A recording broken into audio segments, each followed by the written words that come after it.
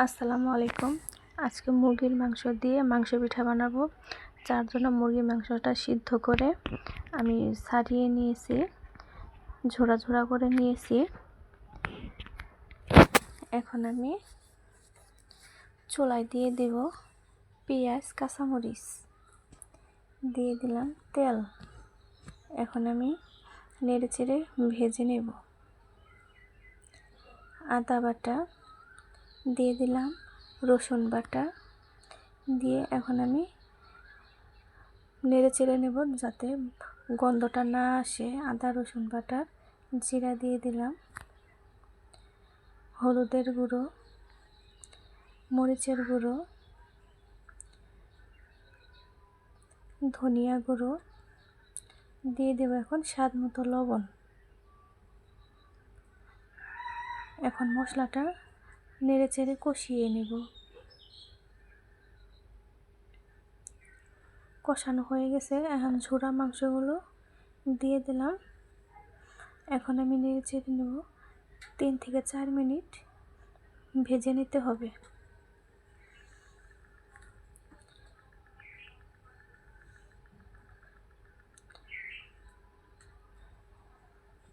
এলাচ, দারচিনি, এখন দিয়ে দেব তেজপাতা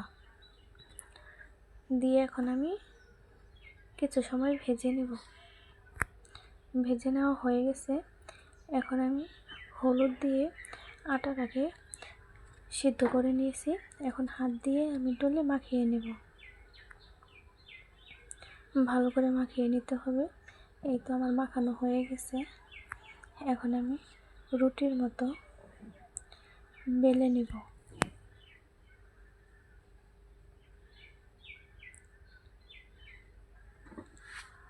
একটু আটা দিয়ে দিলাম যাতে নিচে না লেগে যায়। রুটির মতো গোল গোল করে নেব। এই তো হয়ে গেছে। এখন আমি ছুরি দিয়ে কেটে নেব।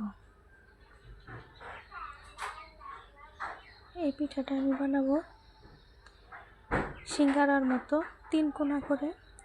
আর স্টিলের একটা গ্লাস নিয়েছি, এই গ্লাস দিয়ে কুলি পিঠার মতো বানাবো। তার জন্য আমি আগে কেটে নিচ্ছি।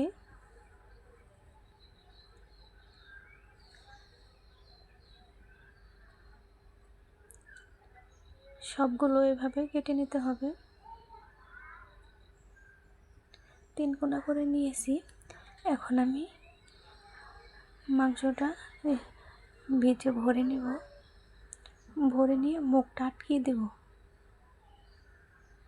খুব সহজ একটা পিঠা, খেতে কিন্তু ভীষণ মজার হয়। দেখতেই পাচ্ছেন পিঠাটা আমার অনেক সুন্দর বানানো হয়েছে।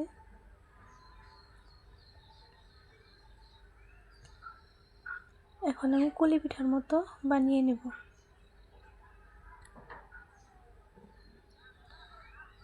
এই যে অনেকগুলো পিঠা বানিয়ে নিয়েছি। এখন আমি কড়াইতে তেল দিয়ে দিয়েছি। এখানে একটা একটা করে সবগুলো দিয়ে ভেজে নেব।